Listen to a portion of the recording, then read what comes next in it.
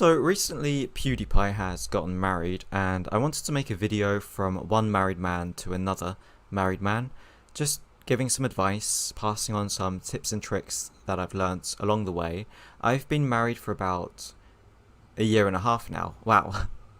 Time goes so quickly, doesn't it? It just flies by. So I want to make a video just passing on some things I've learnt to PewDiePie and any newlyweds or men who are about to get married. Okay, so the number one thing you have to remember is you are always wrong. Even if you're correct, even if you're right, when it comes to arguing with your wife, basically you're always going to be wrong. No, it doesn't matter if you're actually right. It doesn't matter if everything you're saying is completely logical. Just admit you're wrong, even when you're not. It will make things go so much more smoothly.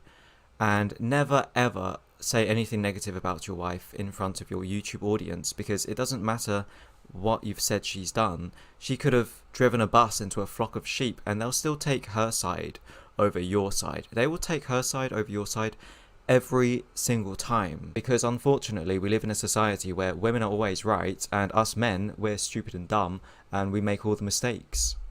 Okay, advice number 2, you're going to have to accept that you don't really have any control over your own house or home or the place you're living in. You might be paying half the rent, or it might even be your place, but when you live with a woman, she has complete control over the entire place and you need her permission to do anything.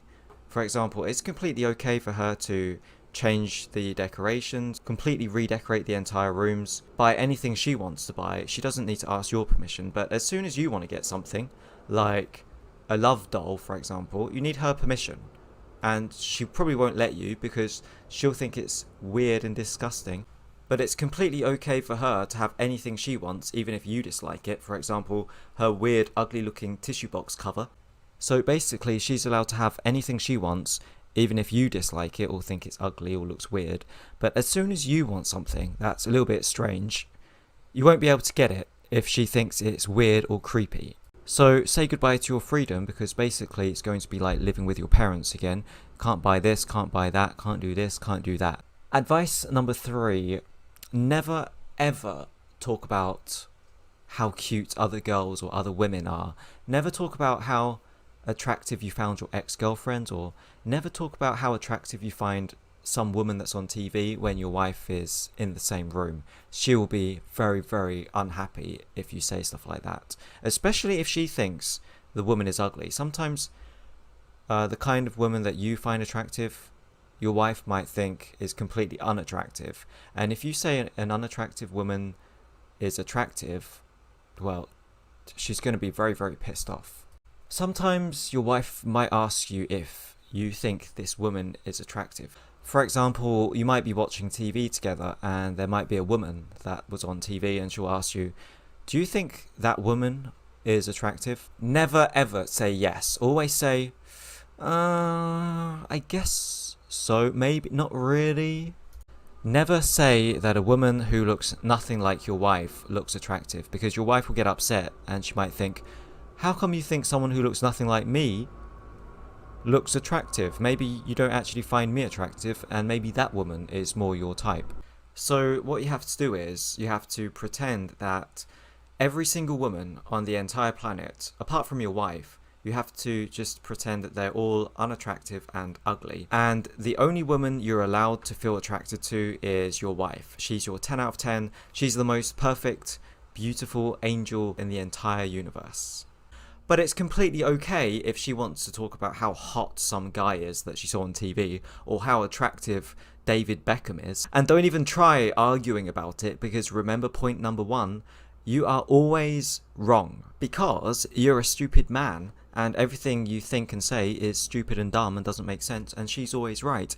Even though you're paying half the rent, you can't even get a love doll. I don't even understand why she's so against me getting one. Because I had one before, okay, it wasn't as big, it was just the torso. But she thought it was funny. I put it in the closet in a box. She didn't even notice it was there until weeks later. And then when she did find out, she was laughing about it. She took pictures and she was sending it to her friends. It was like a big joke. But now I want to get a full body, big, a big life-size one. She gets all angry. I don't know why. She said it's weird and creepy and she doesn't want one in her house. I said, I'll put it in its box and I'll put it into the closet. You won't even notice it's here. I don't understand what the big problem is. So we had this big argument. She said it's her apartment, and if I want to get something like that, I have to get my own apartment. It's just like I'm living with my mum again. When I was living in England with my mum, couldn't do this or that. She would nag me all the time, and then if I argued back, she would say, "Oh, it's my house. If you don't like it, move out." So I moved out, came back to Japan, and now I just have the same problem again. But with my wife, she says it's her apartment, even though I'm paying half the rent. It's just so frustrating because it just feels like I don't have anywhere to call my own place. I don't have my own place that I can do what I want. I just feel like I'm always living in someone else's place, either my parents' place or my wife's place. I wish I had my own place. Okay, point number 6. Never tell the truth. And you might be thinking, well, Daniel, you should always tell the truth. That's the right thing to do. Remember point number 1, you are never right. You are a stupid man. You're always wrong, so never tell the truth. If she asks you things like, do I look fat? Always say yes. If she asks you if this dress looks nice on me, always say yes, it looks fabulous. And never, for the love of God, never ever rate her 6 out of 10 for her looks. Always 8 out of 10, 9 out of 10, 10 out of 10. Never ever rate her below a 7. Even if you think that's a fair score. No, never ever rate her below a 7 because she'll come home from work and she will beat you. Hello and welcome back to another exciting Cooking with Daniel episode. Today we'll be making a delicious broccoli and potato soup. It's very simple. You just need some broccoli and some potato and a few other ingredients for seasoning. As you can see, I've already cut up the broccoli and potato and they are boiling in a pot of water. After the broccoli and potato have finished cooking, transfer all of it into a blending machine. I've mixed chicken stock and basil, parsley, black pepper and some other seasonings into a cup, and now I'm going to add that into the mixture. Now that we're ready to blend, start pulsing gently until it turns into a thick paste. If it starts to get stuck, you can use a very long chopstick to move things about. You can also add milk or cream to the mixture to make it more creamy. Okay, now that everything has blended down into a smooth paste, carefully remove the lid of the blending machine and transfer the contents over into a bowl of your choice.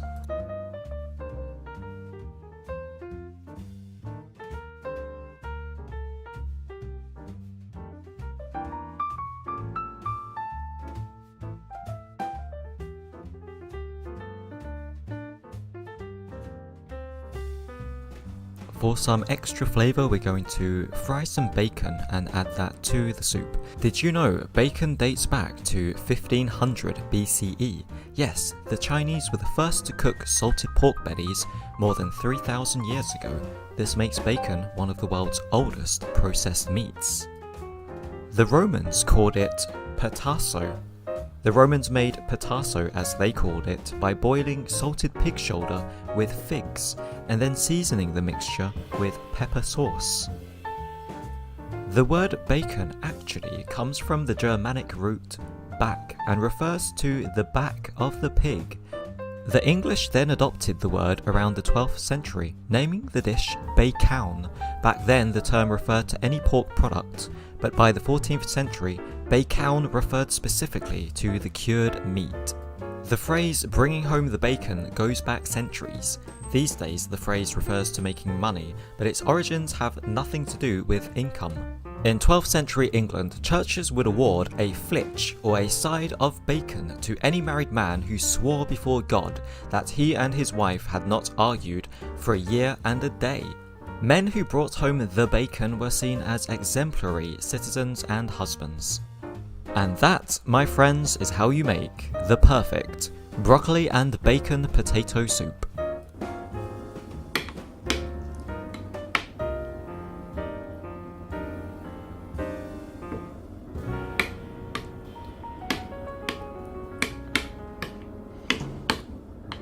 And that, my friends, is how you make a broccoli bacon soup. Try it at home by yourself.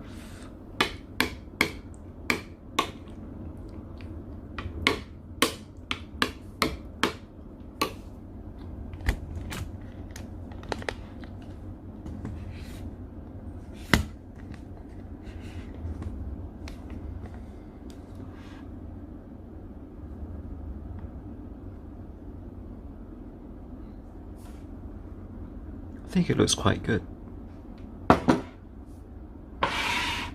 Let's give it a try.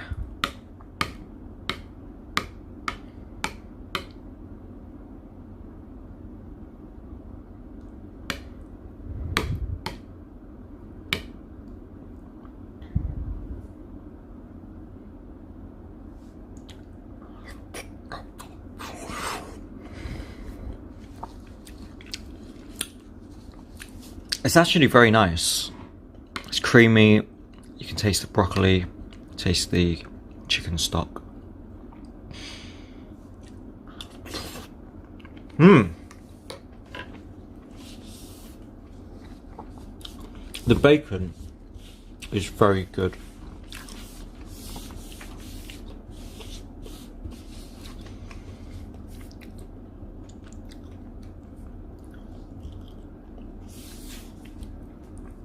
I don't like to blow my own trumpet, but it's actually pretty tasty.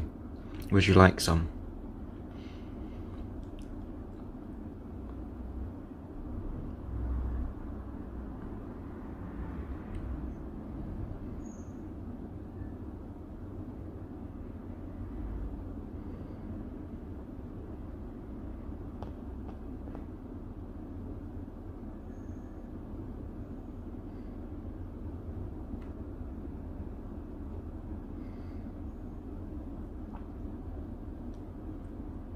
Open wide.